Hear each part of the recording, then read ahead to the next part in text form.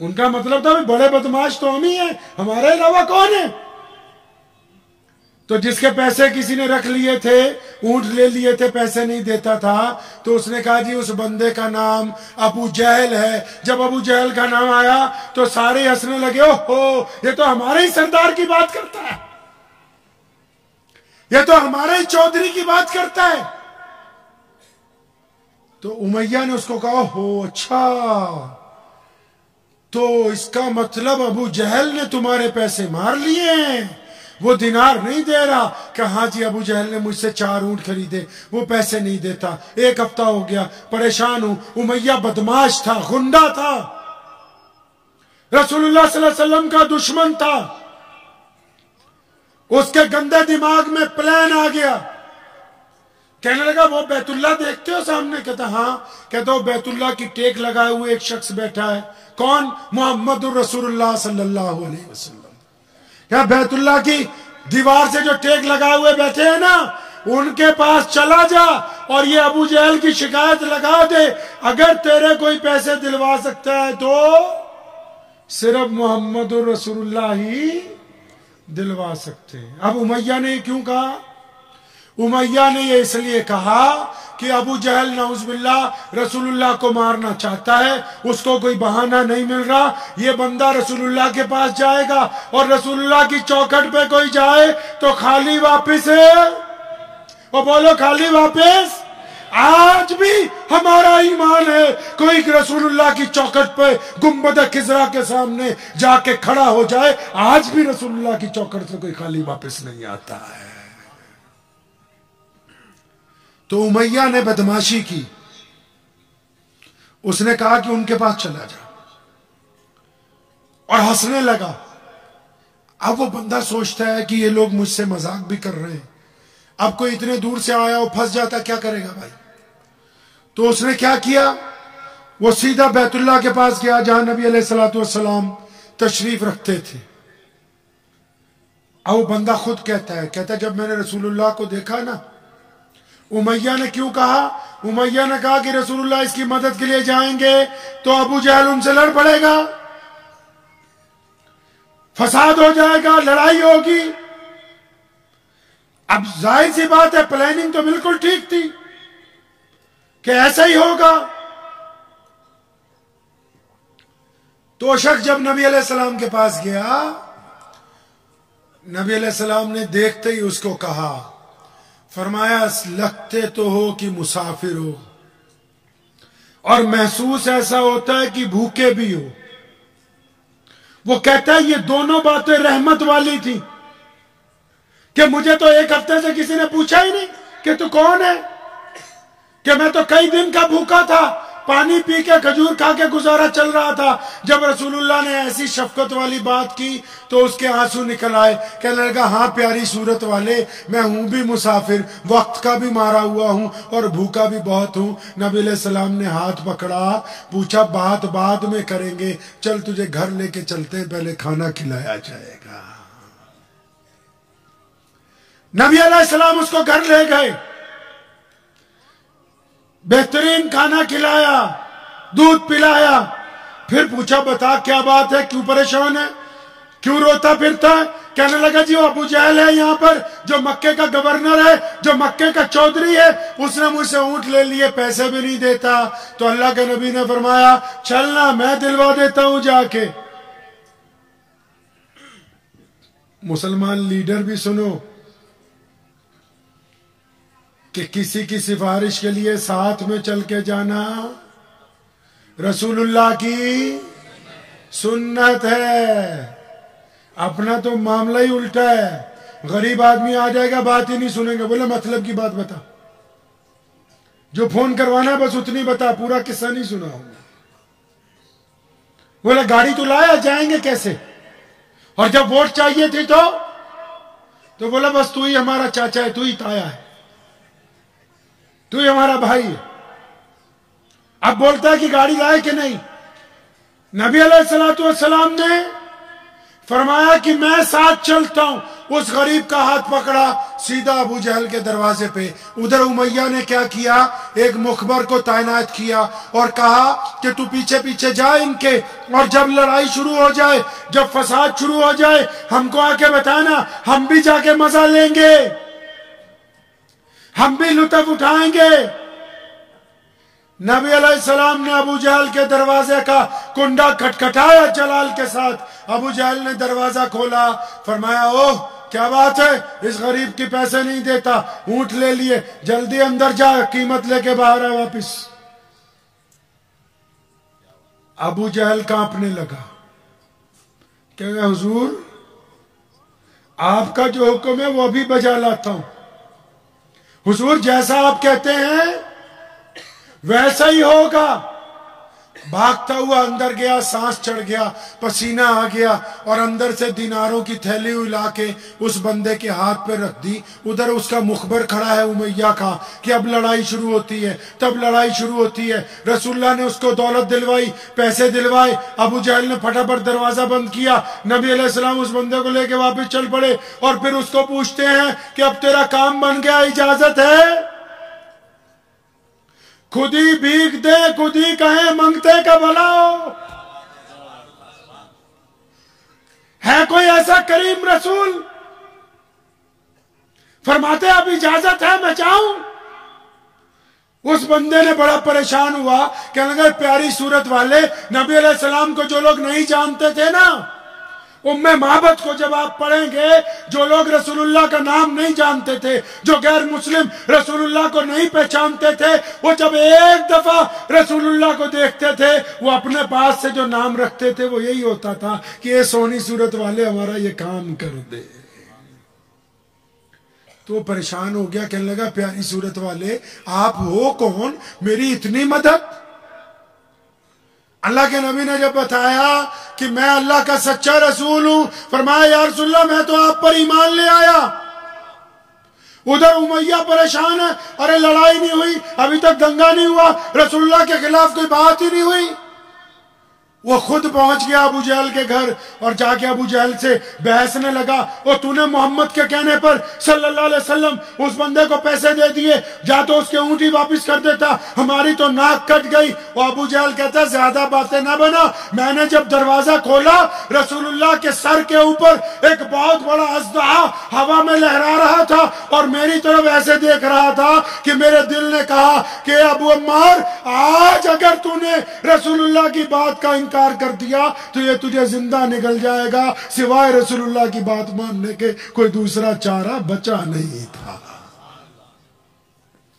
ادھر دوسری طرف بیت اللہ کے باہر ایک درخت کے ساتھ سیدنا عمار بن یاسر کو باندھا ہوا ہے اور مار رہے ہیں بار بار.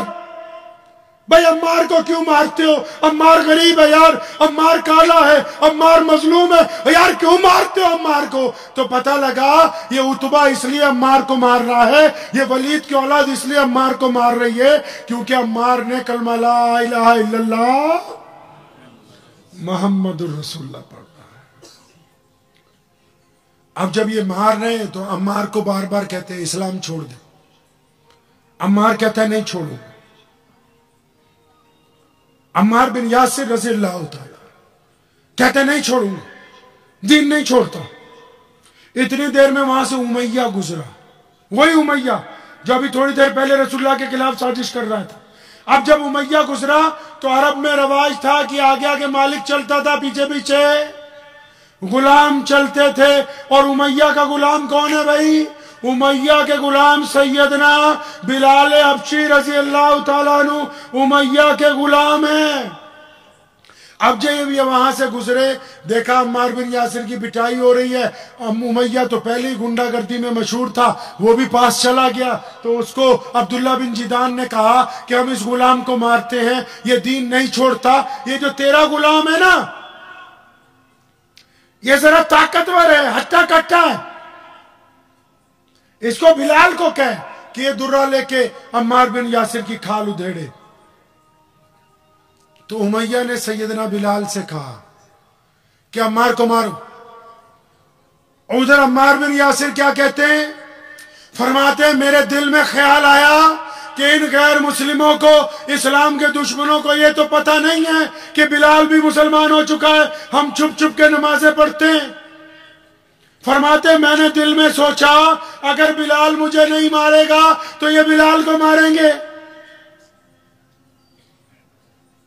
فرمایا میں نے دل میں یہ سوچا کہ جب بلال قریب آئے گا نا تو جیسے ہم آہستہ سے آج کل بدماشی کے لیے کہتے ہیں نا، جیسے ہی جمعے کی نماز ختم ہوتی ہے یا کوئی نماز مسجد کے باہر آہستہ سے بولتے چلتا ہے فلم دیکھنے، چلے گا اس چوراہے پہ پان کھائیں گے سگریٹ پئیں گے، آہستہ سے بولتے ہیں، اس کے باپ کو بھی نہیں پتہ لگتا جو گھر سے نماز پڑھوانے کے لیے ساتھ لے کے آتا ہے کہ اس کے یار نے کیا بولا ہے۔ تو سیدنا عمار بن یاسر رضی اللہ تعالیٰ عنہ نے سرگوشی میں لکھا کہ جب بلال رضی اللہ تعالیٰ عنہ درہ اٹھانے کے لیے جھکے تو انہوں نے آہستہ سے کہا یار بلال 2-4 مار دینا خدا کے لیے، کوئی بات نہیں۔ اب بلال رضی اللہ تعالیٰ عنہ نے کیا کیا، درہ اٹھایا، اس کو تیز تیز گھمانے لگے، درے کو تیز تیز گھمانے لگے، اور ایک دفعہ عمار بن یاسر کو دیکھا، اور پھر ابو جہل جدھر کھڑا تھا، عتبہ کھڑا تھا، امیہ کھڑا تھا، اس طرف دیکھا اور پوری طاقت سے درہ اٹھا کے ابو جہل کے منہ پر مارا اور فرمایا ابو جہل تو کیا سمجھتا ہے کہ عمار اکیلا ہے؟ میں بلال حبشی بھی محمد الرسول اللہ کا غلام ہوں۔ طے کر دیا سیدنا بلال رضی اللہ تعالیٰ عنہ نے اس رات کہ جو رسول اللہ کے غلام ہوں گے وہ وقت اور حالات کو دیکھ کے اپنی شناخت کو تبدیل نہیں کریں گے۔ تب لوگوں کو پتہ لگا اوہو یہ بلال بھی مسلمان ہو گئے، پھر بلال کے گلے میں رسی ہے، پھر بلال کی چھاتی پر پتھر رکھے گئے ہیں، پھر بلال کو مارا گیا ہے، پھر بلال کی آنکھوں میں ریت ڈالی گئی ہے، پھر بلال کو گلی محلوں میں کھینچا جاتا رہا، لیکن کوئی بلال کو ڈرا نہیں سکا۔ روز نکلتے ہیں بازار میں، سیدنا بلال رضی اللہ تعالیٰ عنہ تو زور زور سے کیا کہتے ہیں؟ اللہ احد۔ زور زور سے کیا کہتے ہیں؟ لبیک یا رسول اللہ، لبیک یا رسول اللہ، لبیک یا رسول اللہ، بلال حاضر ہے۔ لوگ پتھر مارتے ہیں کہ اوئے رسول اللہ کا نام لے رہا، پتھر مارو اس کو۔ ایک دن مار کھا کے گھر پہنچے، روز کا ہی کام تھا، مار کھا کے گھر پہنچے تو اماں نے کہا بلال ہم ایسا کرتے مکہ چھوڑ دیتے۔ بڑے حیران ہوئے کیونکہ رسول اللہ کے تربیت یافتہ تھے، اپنی ماں کو دونوں کندھوں سے محبت سے پکڑا، کہنے لگا ماں یہ بات تمہیں سمجھائی کس نے؟ یہ بات کون سمجھایا تمہیں کہ ہم مکہ چھوڑ دیں؟ اماں ہجرت تو وہ کرتے ہیں جن کے پاس کچھ ہو، سواری ہو، گھر ہو، سامان ہو، دھن دولت ہو، کوئی کھانے پینے کی چیزیں ہو، ہمارے پاس تو کچھ بھی نہیں۔ تو یہ بات تمہیں کس نے سمجھائی؟ جب اپنی ماں کو بڑے پیار سے پوچھا تو اماں نے جو بات کہی نا تو سیدنا بلال اتنے کچھ ہوئے، اتنے کچھ ہوئے، اتنے کچھ ہوئے کہ خوشی کی انتہا نہ رہی۔ کیا کہا اماں نے؟ اماں کہنے لگی بیٹا آج جب تو گیا تھا نا اپنے روزمرہ کے کام پہ تو ابو جہل آیا تھا گھر پہ۔ ابو جہل کون ہے؟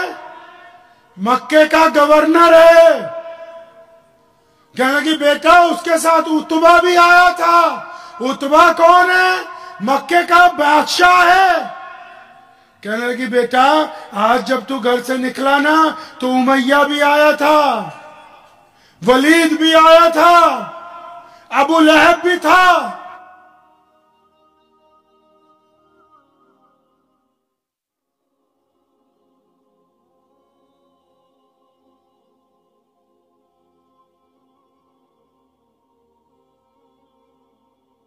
نے گھر پہ آ کے مجھ سے آ کے ریکویسٹ کی ہے کہ تجھے تیرے رب کا واسطہ ہے یہ اپنے بیٹے کو لے کے کہیں چلی جا، ہم تو اس کے تکبیر کے نعروں سے تنگ آ گئے ہیں، اس کو لے جا یہاں سے۔ جب یہ بات سیدنا بلال نے سنی، اپنی ماں کے کندھوں کو پکڑا، فرمایا اللہ کی قسم ہم کامیاب ہو گئے کہ دشمن نے ہم کو تسلیم کر لیا کہ ہم بھی اللہ کی روئے زمین کے اوپر موجود ہیں۔ فرمایا اماں ہم کامیاب ہو گئے۔ آپ کو میری باتیں سمجھ آ رہی ہیں نا ویسے؟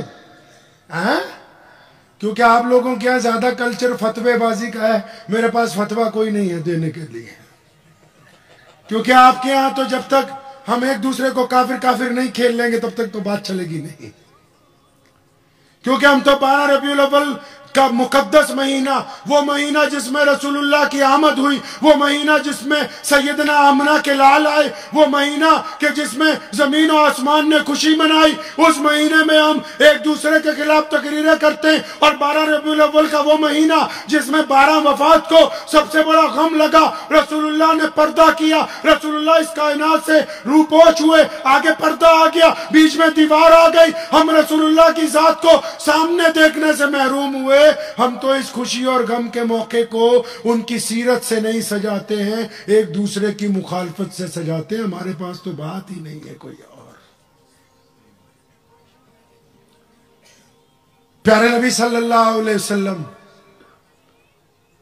مدینہ پہنچے نئے، سیدنا بلال اور سلمان فارسی کو کہا کہ صبح صبح فجر کے وقت کہیں ضروری کام سے جانا ہے، کوئی میٹنگ ہے سیکرٹ، تو دونوں تیار رہنا۔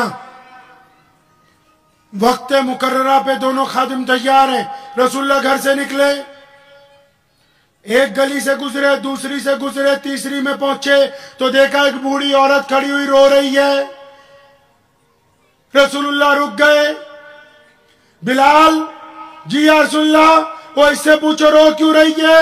سلمان فارسی کہنے لگا یا رسول اللہ آپ تو کہتے تھے بہت ضروری کام ہے، اب پہلے اس عورت کا رونا سنیں گے، اس کی وجہ سنیں گے تو ضروری کام میں دیر ہو جائے گی۔ فرمایا سلمان بات سن لو، اے میرے بچوں، اے میرے صحابہ، اب یہ جو عورت رو رہی ہے اس وقت اس کے آنسو پوچھنے سے زیادہ کوئی ضروری کام نہیں ہے۔ اس عورت کو پوچھا کیا رو رہی ہے؟ کہنے لگی گھر سے نکلی تھی، نوکر ہوں، تیل خریدنے آئی تھی بازار، تیل بھی لیا، بوڑھی ہوں، پتھر لگا پیر میں، ٹھوکر لگی، مٹکی گر گئی، تیل زمین پی گئی، مالکن یہودی ہے، بہت ظالم ہے، اس عمر میں مار نہیں کھا سکتی، اس لیے رو رہی ہوں کہ اب جب گھر جاؤں گی بنا تیل کے تو مجھے مارے گی وہ۔ نبی علیہ السلام نے سیدنا بلال کو کہا واپس جاؤ، گھر سے کچھ دینار لاؤ، برتن لاؤ، پہلے تیل خرید کے لاؤ، اس عورت کو دینا ہے۔ اب یہاں ایک بات اور سمجھ لو، اگر رسول اللہ چاہتے تو زمین کو نہ کہتے کہ تیل واپس دے دیتی کہ نہیں؟ اور بولو دے دیتی کہ نہیں؟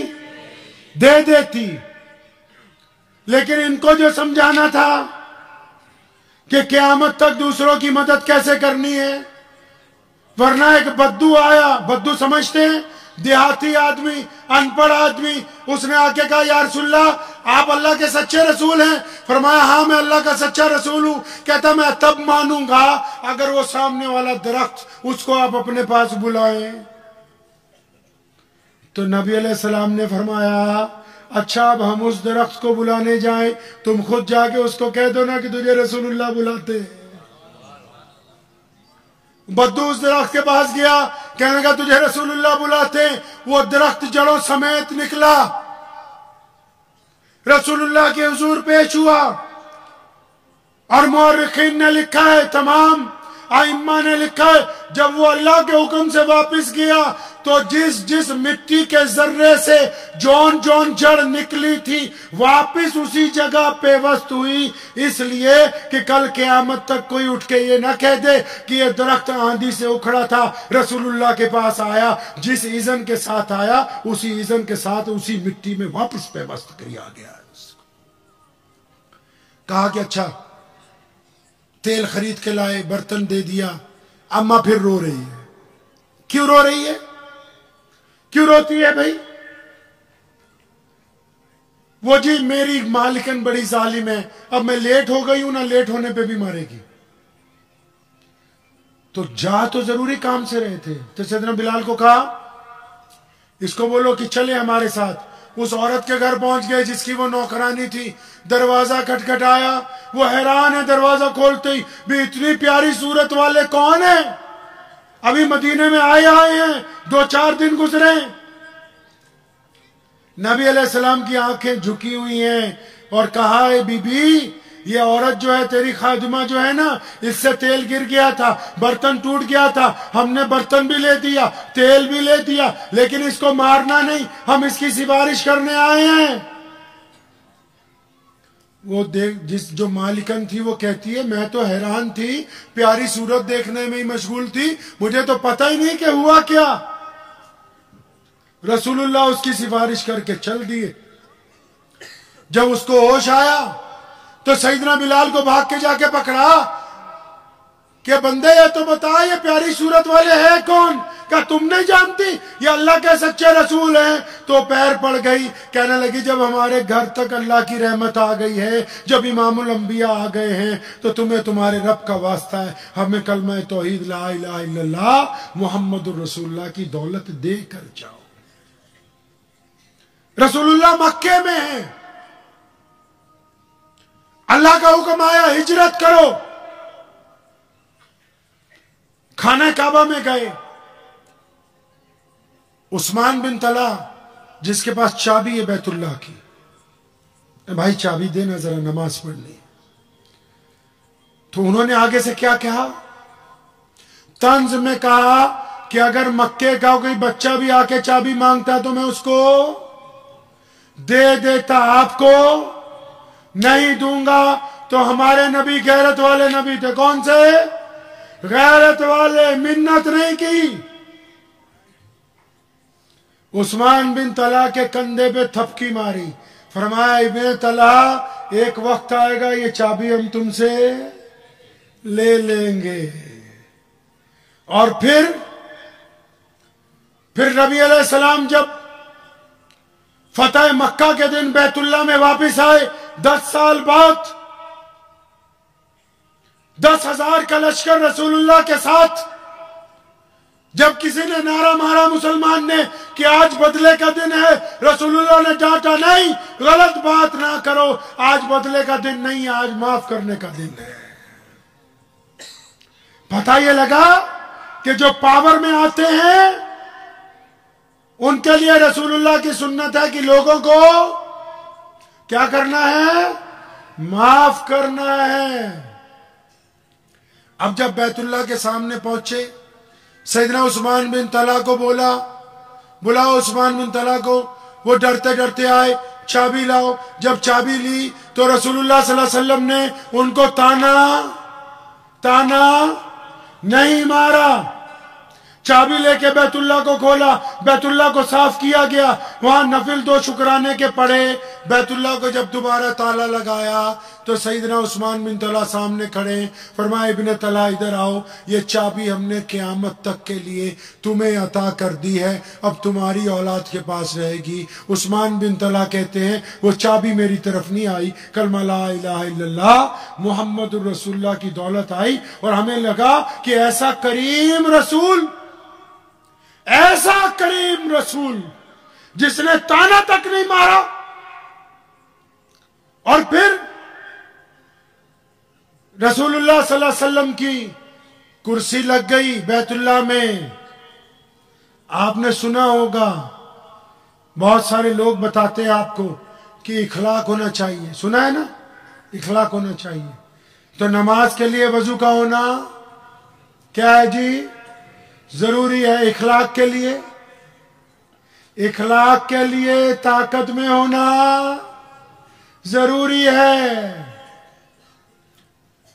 غریب آدمی کسی سے پیار سے بولے گا تو بولیں گے چمچا گیری کر رہا ہے. اخلاق کے لیے طاقت کا ہونا ضروری ہے. تو ہم کیا کرتے ہیں؟ ہم اپنے ایسے بڑے کی چمچا گیری کرتے ہیں اور چھوٹے کے اوپر بدتمیزی کرتے ہیں. تو یہ اخلاق نہیں ہے. اخلاق کے مطلب جو آپ سے پوزیشن میں تھوڑا نیچے ہے اس سے جھک کے ملو. جو آپ سے کم تر ہے، اب جو آپ کے اندر ہے، چاہے وہ آپ کی بیوی ہے، آپ کے بچے ہیں، چاہے وہ آپ کا دوست ہے، چاہے وہ آپ کے نیچے کام کرنے والا ملازم ہے، چاہے وہ آپ کا امپلائی ہے، چاہے وہ غریب ہے، چاہے وہ مانگنے والا ہے، یہ دیکھا جائے گا کہ آپ اپنے سے نیچے والے سے کیسے بات کرتے ہو. اونچے والے کو تو سارے جا کے فرشی سلام کرتے ہیں، میاں صاحب سلام ہو. تو نبی علیہ الصلوۃ والسلام نے پھر اخلاق کا مظاہرہ کیا. جو دشمن آتا رہا رسول اللہ اس کو معاف کرتے رہے، اور جب معاف کرنے کا سلسلہ ختم ہوا تو شاید آپ نے سنا نہیں ہوگا. آج سے پہلے میں آپ کو یہ واقعہ تفصیل سے سنا دیتا ہوں کہ جب شام ڈھل گئی تو مکے میں ایک جھونپڑی ہے. اس جھونپڑی میں ایک عورت بیٹھی ہے، اس کا نام ام ہانی ہے. کیا نام ہے جی؟ ام ہانی. اس کے بچے ہیں 3-4. وہ اپنے بچوں کو کہتی ہے، روزانہ یاد دلاتی ہے کہ وہ مدینے والے نبی جو ہیں، جو اللہ کے سچے رسول ہیں، وہ ام ہانی کے بھائی ہیں. وہ ام ہانی کے چچا کے بیٹے، وہ ام ہانی کے سکا چچا کے بیٹے، وہ بھائی لگتے ہیں. تو بچے روز اس کی یہ کہانی سنتے ہیں. آج رسول اللہ مکے میں آ گئے، وہ پھر بچوں کو لے کے بیٹھی ہے، بڑی خوشی سے بتا رہی ہے کہ تمہارے ماموں نے مکہ فتح کر لیا. اب مکے پہ کس کا راج ہے؟ رسول اللہ کا راج ہے. اب مکہ فتح ہو گیا. تو جو چھوٹا بچہ تھا نا، بچے تھوڑے چنچل ہوتے ہیں، اس نے فوراً سوال کیا، ماں تم تو روز کہتی ہو کہ وہ تمہارے بھائی لگتے ہیں، تو کیا وہ ہمارے ماموں جو ہیں آج ہمارے گھر آئیں گے؟ ام ہانی نے جب یہ بات سنی نا تو ان کی آنکھوں میں آنسو آ گئے.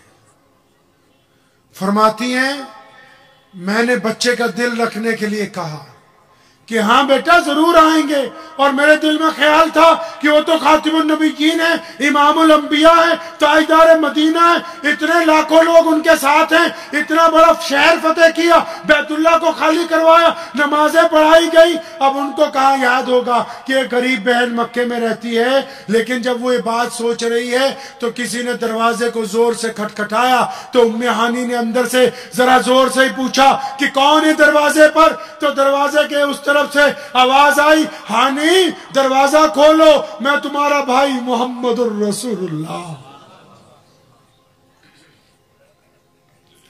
10 سال بعد اپنی بہن سے مل رہے ہیں. رسول اللہ کی آنکھوں میں آنسو ہیں، بہن کی آنکھوں میں آنسو ہیں. 10 سال بعد لوگوں کے ظلم کی وجہ سے، مکے کے بڑے بڑے گورنروں کے ظلم کی وجہ سے بچھڑ گئے تھے. 10 سال بعد آج ملاقات ہوئی ہے. قربان جاؤں رسول اللہ پہ. بڑی پیاری لفظوں میں اپنی بہن کو کہا، ہانی بڑے بڑے مکے کے چودھری اور بڑے بڑے مکے کے جو میرے صحابی ہیں اور جن میں بڑے بڑے دولت مند بھی ہیں، اور سب نے کہا یا رسول اللہ ہمارے گھر چلے نا، ہماری کوٹھی پر چلیں. ارے میں ہانی سب کو منع کر کے آیا. میں نے سب کو کہا کہ جب میری بہن کا گھر موجود ہے تو میں کسی اور کے گھر کیوں جاؤں گا. اس رات رسول اللہ صلی اللہ علیہ وسلم نے اپنی بہن کے ساتھ جو گفتگو کی ہے، اگر آپ نے اس گفتگو کو پڑھا ہوتا، اس گفتگو کو سمجھا ہوتا تو آپ کو دین سمجھ آ جاتا کہ دین ہے کیا. ام ہانی کو پوچھا کچھ کھانے کے لیے؟ یا رسول اللہ کچھ نہیں. پہلے ہی گھر میں کچھ نہیں. کہنے لگے نہیں یا رسول اللہ ایک باسی روٹی پڑی ہے. ہمارے نبی صلی اللہ علیہ وسلم باسی کھانا نہیں کھاتے تھے. پوچھ لیجئے گا کسی عالم سے. فاقے سے رہتے تھے لیکن جب بھی کھاتے تھے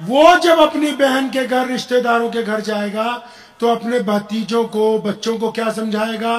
بولے گا اچھی ایجوکیشن لو، یہ والا کورس کرو تو اس میں تم کو کامیابی مل سکتی ہے، کیونکہ اس کی وہ لائن۔ اگر کوئی بیوپاری جائے گا، کوئی کاروبار کرنے والا جائے گا، وہ اپنی بہن کے بچوں کو، اپنے داماد کو، اپنے رشتہ داروں کو کیا سمجھائے گا؟ یہ بولے گا آج کل پنجاب سے سویٹر سستا آ رہا ہے، وہاں سے 2-4 لاٹ اٹھا لے، وہ لا کے بمبے میں بیچیں گے۔ بیپار کا طریقہ بتائے گا، کیونکہ وہ اس کی لائن ہے۔ تو رسول اللہ نے کیا کہا ہوگا اس رات اپنی بہن کو؟ کیونکہ وہ تو دین کے مالک ہیں، دنیا ان کے قدموں میں ہے۔ رسول اللہ نے کیا کہا ہوگا اس وقت؟ پوچھا کبھی کسی مولوی سے پوچھا ہے؟ اور بولو پوچھا ہے بھائی؟ بولے نہیں پوچھا۔ کیوں؟ وہ پوچھنے کا ٹائم ہی نہیں ہے۔ میں تو آج ابھی عصر کے بعد کس مسجد میں تھے عبدالغفار بھائی؟ ہاں، نورانی مسجد، بہت نور تھا وہاں، ماشاءاللہ چمک رہی تھی پوری۔ تو میں وہاں مولوی بیٹھے ہوئے تھے، ان کو پوچھا تمہاری تنخواہ کیا ہے؟ تو بولے بڑے آہستہ سے 8,000 9,000 10,000۔ تو جتنا میٹھا ڈالو گے اتنا ہی، گڑ ڈالو گے اتنا ہی میٹھا ہوگا نا۔ 10,000 میں پورا حدیث سنا دے؟ ہاں؟ اب وہ اپنے بچوں کو پالے گا کہ صبح شام سیرت النبی پڑھ کے آپ کو روز رات کو رسول اللہ کی زندگی کے ایک پہلو کو بتائے گا۔ میرے پاس جب محکمہ آیا مولویوں کی تنخواہ بڑھانے کا پنجاب میں، تو جب تنخواہ بڑھانے کی بات آئی، جب آرڈر کیے تو جتنے دنیا دار ممبر تھے وہ رونے لگے، بولے نہیں عثمان بھائی زیادہ ہو گیا، کم کرو۔ تو ان میں ایک دنیا دار جو ممبر تھا، میرا دوست تھا وقف بورڈ کا، تو میں نے اس کو بولا کہ یہ جوتی کتنے کی لائے ہو؟ بہت اچھی ہے۔ تو مجھے کہنے لگا عثمان بھائی یہ تو 22,600 کی ہے۔ تو میں نے کہا بالکل ٹھیک کہتے ہو میاں، کہ تم کو تو جوتیوں کی ضرورت ہے، مولویوں کی ضرورت نہیں ہے، جوتیوں کی ضرورت۔ عالم اگر ایسا ہوگا جو اپنے بچوں سے، بیوی کے خرچوں سے بے نیاز ہو جائے گا، ہیں یہ وہ سارے۔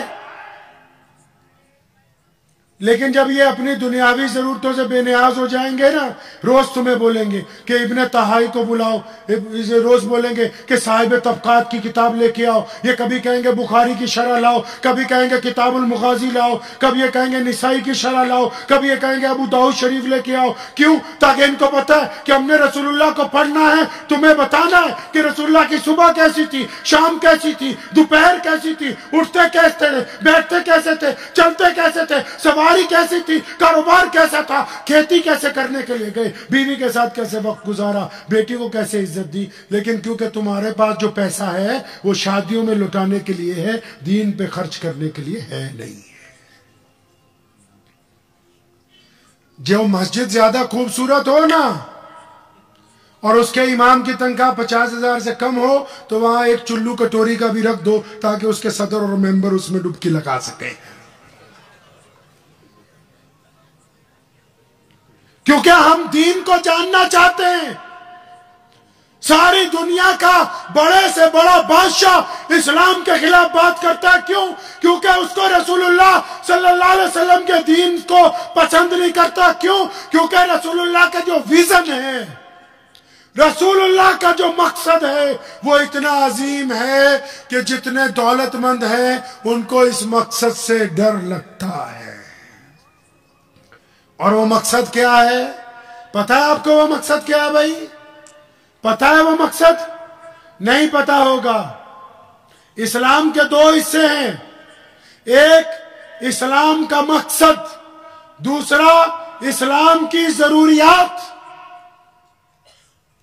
اب پہلے ضروریات کی بات کرتا ہوں۔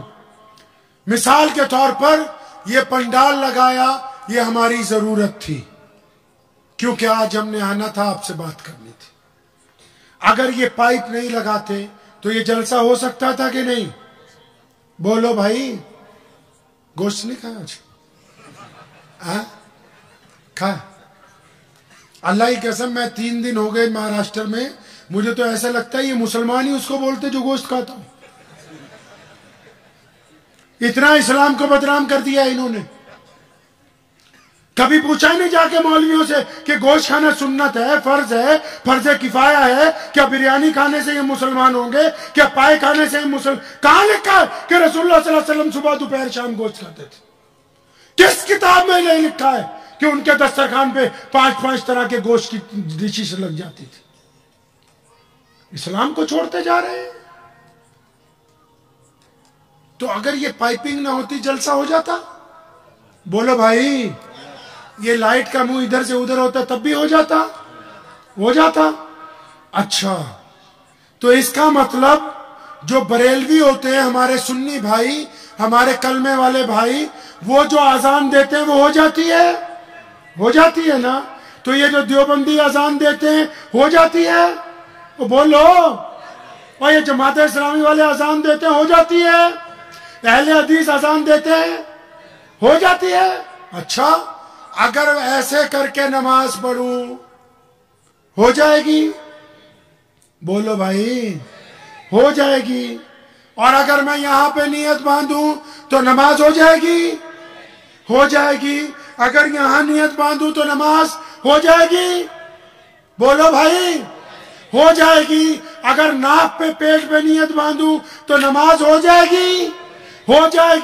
پتہ لگا جو ضرورت کی چیزیں ہیں یہ تھوڑا بہت آگے پیچھے ہو کے چل جاتا ہے کام. اب یہ ہماری بدقسمتی ہے کہ ہم ضرورتوں کو لے کے ایک دوسرے کا گریبان پکڑتے ہیں اور مقصد ہمیں یاد نہیں ہے. بدقسمتی کی بات ہے کہ ضرورتوں کو لے کے، فروعی مسائل کو لے کے انکار نہیں کر رہا ہوں. آپ کو یہ نہیں کہہ رہا ہوں کہ اپنا مسلک چھوڑ دو دوسرے کا اپنا لو. ارے جس مسلک میں ہو اسی پہ ڈٹے رہو. میں پوچھ یہ رہا ہوں کیا ان کا رستہ بھی رسول اللہ والا ہے؟ تمہارا بھی ہے. تو پھر رسول اللہ کی بات کیوں نہیں کرتے؟ اپنی بات کیوں کرتے ہو؟ کب تک یہ غلط دستور چلاؤ گے میخانے میں؟ کب تک یہ تماشبی نہیں کرو گے کہ یہ پتہ ہی نہیں کہ اسلام کیا ہے؟ رسول اللہ کا ویژن ہے. پتہ ہے کہ ہم مسلمان کیوں ہیں؟ آپ کو پتہ ہے مسلمان کیوں ہیں؟ افریقہ کے کالے کیوں مسلمان ہوئے؟ امریکہ کے گورے کیوں مسلمان ہیں؟ یہ فرینچ اتنی بڑی تعداد میں مسلمان کیوں ہیں؟ یہ ملایا انڈونیشیا کروڑوں کی تعداد میں ایمان والے کیوں ہیں؟ یہ چائنیز جو چھوٹے ہیں ان میں کروڑوں مسلمان کیوں ہیں؟ کیوں؟ پتہ ہے؟ بولے نہیں یار ہم کو تو اتنا پتہ ہے کہ پاجامہ اگر ٹخنوں سے اونچا ہوگا تو جنت میں جائیں گے، اگر نیچے ہو جائے گا تو پھر جہنم میں چلے جائیں گے. جب میں پڑھنے کے لیے گیا سہارنپور، یہ آبا بھی اونچا کر لو کہ تم مجھ کو بھی جہنم میں بھیجنا ہے تو ساتھ میں. جب سہارنپور پڑھنے کے لیے میں گیا تو وہاں مجھے 2 لڑکے ملے. لڑکپن کی ہماری بھی عمر تھی. تو انہوں نے مجھے کہا کہ او میاں یہ اپنا پاجامہ اونچا کرو، اگر یہ نیچے ہوگا تو تم جہنم میں جاؤ گے. تو میں نے پاجامہ اونچا کیا. میں نے کہا یہ کیسے؟ بولے رسول اللہ کا حکم ہے کہ پاجامہ ٹخنوں سے اوپر رکھنا ہے. رسول اللہ کا حکم ہے. یہ تو بات سچ ہے، بالکل رسول اللہ کا حکم. لیکن میں گھر جب گیا چھٹی پہ تو میرے والد شاہی امام پنجاب امیر احرار مولانا حبیب الرحمان لدھیانوی رحمۃ اللہ علیہ ابھی 2 سال پہلے اس دنیا سے رخصت ہو گئے. تو ان کے ابا وہ بھی عالم، ان کے ابا وہ بھی عالم، ان کے ابا وہ بھی عالم، میرا پردادا وہ بھی عالم، پردادا کا پردادا وہ بھی عالم، پردادے کا جو دادا ہے شاہ عبد القادر لدھیانوی وہ شاہ ولی اللہ محدث دہلوی کا شاگرد. تو میں نے اپنے ابا کو بولا کہ تم تو ہم سے جھوٹ بولتے رہے بچپن سے. بولے بیٹا کیا جھوٹ بولا؟ میں آپ تو کہتے تھے کہ تمہاری ماں کے پیروں کے نیچے جنت ہے. یہ سہارنپور والوں نے بتایا کہ وہ ٹکنوں میں پھنسی ہوئی ہے، اگر کپڑا اونچا رکھیں گے تو ہم جنت میں جائیں گے، کپڑا نیچے ہوگا تو جہنم میں چلے جائیں گے.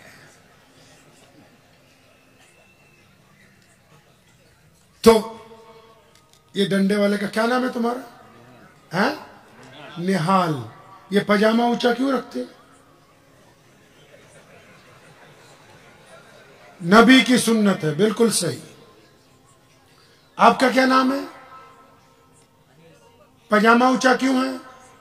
نبی کی سنت. سب سے پوچھ لو تو کوئی کہے گا نبی کا حکم ہے، کوئی کہے گا نبی کا سنت ہے. تو اس کے پیچھے بات کچھ نہیں ہے، بس یہی بات ہے. بس یہی بات ہے. نہال بھائی نماز کیوں پڑھتے ہیں؟ اللہ کا حکم ہے. آنکھوں کی ٹھنڈک ہے رسول اللہ کی. اے بھائی نماز کیوں پڑھتے ہیں؟ فرض ہے.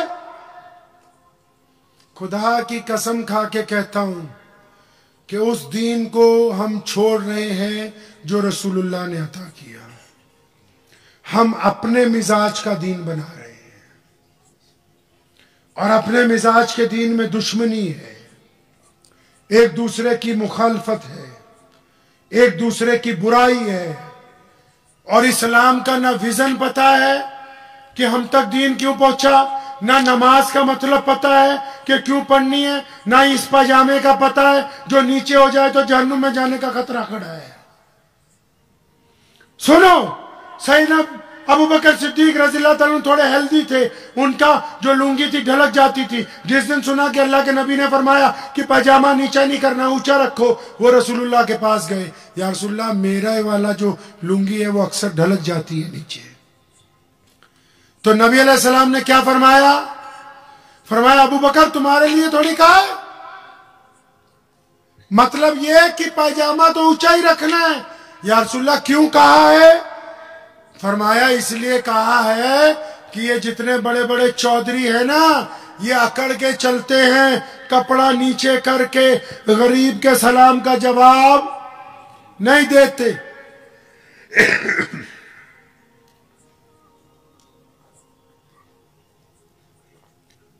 غریب کے سلام کا جواب نہیں دیتے. فرمایا ہم نے اس لیے کپڑا اونچا کروا دیا، اب ان کو شرم آتی ہے، حیا آتی ہے، ان کی گردن کا سریا نکل گیا، اب یہ جھک کے چلتے ہیں کیونکہ ان کو پتا ہے کہ پاجامہ اونچا ہے. اب ان میں شرم آ گئی، حیا آ گئی. تو میں اکثر اپنے دوستوں سے، مسلمانوں سے یہ کہتا ہوں بات کہ اگر کوئی مجھ جیسا مولوی ہو، پاجامہ ٹکنوں سے اونچا ہو، اور وہ اپنے باپ کو سلام نہ کرتا ہو، اپنی ماں سے بدتمیزی کرتا ہو، اپنی بیوی سے لڑتا ہو، اپنے بچوں کے تھپڑ مارتا ہو، اپنے پڑوسیوں سے اس کی بنتی نہ ہو، وہ راہگیر کو رستہ نہ بتاتا ہو، وہ غریب کے منہ میں لقمہ نہ ڈالتا ہو، وہ کسی روتے ہوئے کو ہنساتا نہ ہو، تو اب یہ کمبخت اس پاجامے کو ٹکنوں کی بجائے گھٹنوں پہ بھی کر لے گا تو اسلام کو اس سے کچھ لینا دینا نہیں ہے. جب روح کا قتل ہو گیا، روح کا قتل ہو گیا تو پھر مسئلہ ختم. یہ تو اس لیے قانون بنایا کہ آپ میں عاجزی آئے، انکساری آئے. تم تو پاجامہ اونچا کر کے بھی اپنے باپ سے بدتمیزی کرتے ہو اور کہتے ہو کہ میں تو بڑا دیندار ہوں. دیندار نہیں ہے، یہ منافق ہے. نماز فرض ہے، آنکھوں کی ٹھنڈک ہے. مان لیا فرض ہے، آنکھوں کی ٹھنڈک ہے، ٹھیک کہتے ہو، لیکن کبھی قرآن بھی پڑھو. قرآن میں کیا لکھا ہے؟ کیا لکھا ہے قرآن پاک کو؟ فرمایا کہ ہم نے نماز تم پر اس لیے فرض کر دی تاکہ تم متقی بن جاؤ. لفظ متقی یہ کوڈ کیا گیا آیت کے اندر.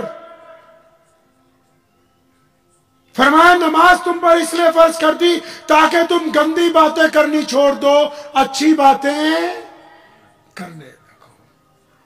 اور پھر ایک جگہ اور فرمایا قاری صاحب ارایت الذی، بڑھئے نا ارایت الذی، یہ آیت اس لیے پڑھوا رہا ہوں، یہ سارے ہی نماز میں پڑھتے ہیں. کیا ارایت الذی یکذب بالدین فذلک الذی یطول ولا یحض فویل لل. فرمایا ان نمازیوں کے لیے بربادی ہے، خراب ہے ان کی نماز. کس کی؟ فرمایا جو یتیم کا مال کھاتے ہیں، جو بدماشی کرتے ہیں، جو آنکھوں سے زنا کرتے ہیں،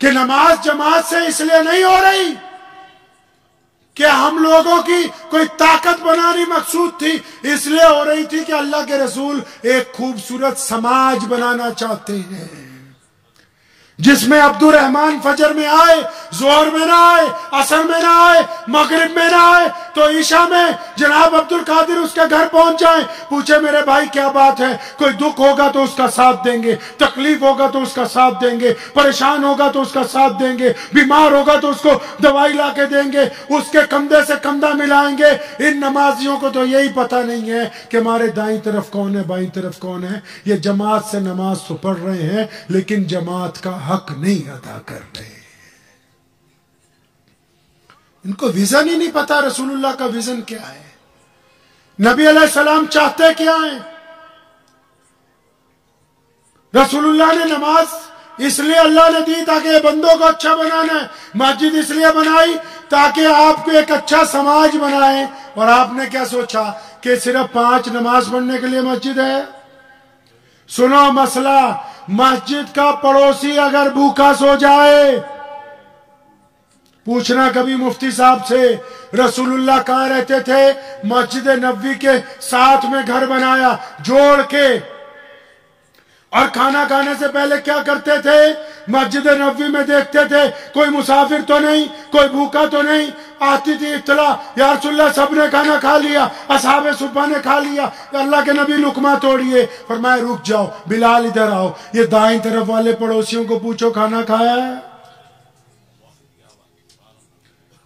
بلال جب ادھر گئے ابو ہریرہ کو بلایا، بولا بائیں طرف والے پڑوسیوں کو پوچھو کھانا کھایا ہے؟ ابو ہریرہ ادھر گئے تو انس کو بلایا کہ سامنے والے پڑوسیوں کو پوچھ گیا ان کے گھر میں چولہا جلا ہے کہ نہیں؟ تمہیں کس نے کہا کہ مسجد کے بہترین صدر بن گئے ہو، متولی بن گئے ہو، امام بن گئے ہو؟ خدا کی قسم کسی مسجد کا پڑوسی، چاہے اس کا مذہب اسلام ہو یا نہ ہو، چاہے وہ کسی دوسرے مذہب سے تعلق رکھتا ہو، اگر وہ غریب ہے اور اس کے بچے کھانا نہیں کھا پا رہے، اس کے بچوں کے اسکول کی فیس نہیں ہے، تمہیں یہ حق نہیں پہنچتا کہ تم مسجد میں رمضان میں بریانیاں کھاتے پھرو۔ یہ مسجد کے حکم میں داخل نہیں ہے۔ یہ بات کس نے کہا کہ صرف 5 وقت کی امامت کے لیے یہ مسجد بنائی ہے؟ یہ امام اس لیے بٹھایا تاکہ تمہیں بتائے کہ ادھر کھائی ہے، ادھر کنواں ہے، یہ سیدھا راستہ ہے۔ یہ مسجد اس لیے کہ یہاں کوئی غریب آئے گا، وہ سوال کرے گا تو مسجد والے اس کو خالی نہیں لوٹائیں گے، کیونکہ یہ رسول اللہ کی سنت ہے۔ مسجد نبوی میں غریب پہنچا، ایک نہیں ہزاروں پہنچے، اور انہوں نے آ کے کہا یا رسول اللہ مدد کیجئے، اور مدد مانگنے والے مسلمان نہیں تھے، کیونکہ رسول اللہ نے مسلمانوں کو ہاتھ پھیلانے کا حکم نہیں دیا۔ جو غریب آیا اس کو دو، جو کپڑے مانگنے آیا کپڑے دو، جو سواری مانگنے آیا سواری دو۔ کیوں؟ یہ رسول اللہ کی سنت ہے۔ کیا ہم اپنی مسجد میں کسی کو کھانا کھلاتے ہیں؟ ہم تو اگر کوئی ویسے ہی تڑپا ہوا نوجوان جو گھر سے پٹ گیا ہو، یا بیوی نے ڈانٹ دیا ہو، یا ابو امی نے نکال دیا ہو، جو پریشان حال ہو، جو سوچے کہ 2 نفل پڑھ کے اللہ کی مدد مانگ لوں، وہ ابھی آ کے نیت باندھتا ہے تو پیچھے سے مسجد والے آ کے پنکھا بند کرتے ہیں، بولے بنا نماز کے نہیں چل سکتا ہے یہ۔ ہمیں تو ابھی یہی پتہ نہیں کہ مسجد کا حق کیا ہے۔ یہ 5 وقت کے نمازیوں کو اکٹھا کیوں کیا؟ تاکہ یہ خوبصورت سماج بنائے۔ ان کے جو اینک لگی ہو، اس اینک میں ان کو کوئی ہندو، سکھ، عیسائی، دلت، مسلمان کوئی اپنا پرایا نظر نہ آئے، بلکہ ان کو انسان نظر آنے چاہیے کہ یہ اللہ کی مخلوق ہے، ہم کو ان کی مدد کرنی ہے۔ کو پتہ ہی؟ تو میں بات کر رہا تھا اس ویژن کی، یہ درمیان میں ضرورتوں کی بات آ گئی۔ یہ ضرورتیں اتنی بڑی ہیں کہ یہ فرض ہیں، یہ اسلام کا رکن ہے، اسلام کا ستون ہے، ان کو چھوڑا نہیں جا سکتا۔ لیکن ان سے بھی پہلے رسول اللہ کا ایک ویژن ہے۔ وہ ویژن کیا ہے؟ اب پتہ ہے آپ کو؟ پتہ ہے بھائی؟ نہیں تو پہلے وعدہ کرو بھی تنخواہ بڑھا دیں۔ آہستہ بولتے ہیں مولوی، حال دیکھ لو یار اپنے نمازیوں، تمہاری بات ہوئی آواز ہی نہیں آ رہی ان کی۔ ویژن یہ ہے کہ جو 4 لوگ پہلے مسلمان ہوئے، امی خدیجۃ الکبریٰ رضی اللہ تعالیٰ عنہ، سیدنا ابو بکر صدیق رضی اللہ تعالیٰ عنہ، اور سیدنا بلال رضی اللہ تعالیٰ عنہ، اور مولا علی کرم اللہ وجہہ، جب یہ مسلمان ہوئے تو اس وقت نماز کی فرضیت کا حکم بولو نہیں تھا، روزہ نہیں تھا، حج نہیں تھا، زکوٰۃ۔ تو انہوں نے پوچھا رسول اللہ سے، یا رسول اللہ آپ پر ایمان لے آئے، اب کیا کرنا ہے؟ آپ پر ایمان لے آئے، اب کیا کریں؟ تو پیارے کریم رسول نے اپنا ویژن بتایا، اپنا ٹارگیٹ بتایا، اپنے آنے کا مقصد بتایا، اس ارادے کو ظاہر کیا جس کی وجہ سے اسلام پوری دنیا میں آج سب سے بڑا مذہب ہے۔ پوری دنیا میں کہیں چلے جاؤ، زبان ویسی نہیں ہوگی، لہجہ ویسا نہیں ہوگا، چمڑی کا رنگ ویسا نہیں ہوگا، ہوا کی کھنک ویسی نہیں ہوگی، پانی کا ٹیسٹ ویسا نہیں ہوگا۔ اگر کچھ ایک جیسا ہے تو تھوڑے یا بہت کلمہ لا الہ الا اللہ محمد الرسول اللہ پڑھنے والے لوگ ایک جیسے ہیں۔ یہ کیسے پہنچ گیا اتنی دور تک؟ یہ دین اتنی دور تک کیسے پہنچا بھائی؟ ہاں کبھی پوچھا؟ نہیں پوچھا، وہ ٹائم ہی نہیں، وہ ہم کو تو ٹائم نہیں، ہم تو یہ پوچھتے ہیں کہ بریلویوں کے خلاف کیا بات کرنی ہے اور دیوبندیوں کے خلاف کیا بات ہو سکتی ہے۔ ہم تو یہ بولتے ہیں کہ پٹیل پٹیل کی بیٹی کے گھر رشتہ کرے گا، میمن میمن کے گھر کرے گا، انصاری انصاری کے کرے گا، پٹھان پٹھان کے کرے گا۔ تو اس لیے ہم کو تو ویژن سے کچھ لینا نہیں ہے بھائی۔ اور رسول اللہ کا ویژن کیا ہے؟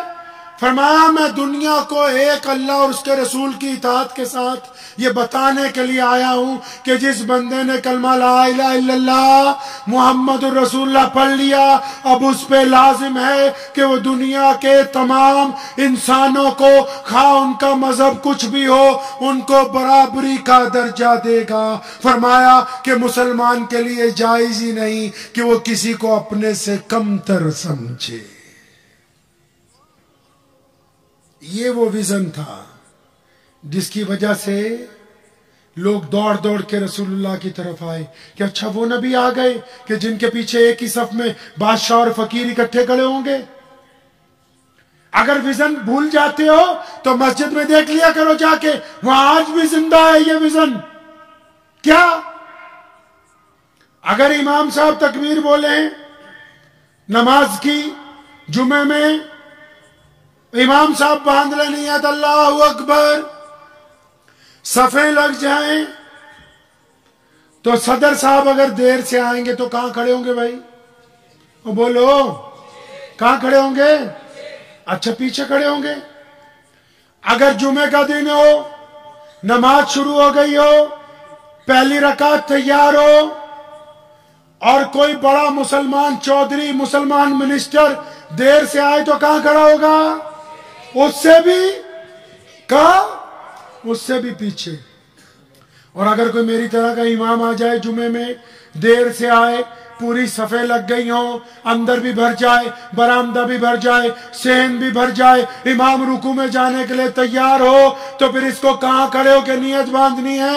جہاں مسلمانوں نے اپنی جوتیاں اتاری ہیں، اس کو وہاں کھڑے ہو کے نماز پڑھنی ہوگی، کہ کیونکہ کوئی ایسا مائی کا لال پیدا نہیں ہوا کہ جو لوگوں کو توڑتا ہوا آگے سے گزر جائے گا۔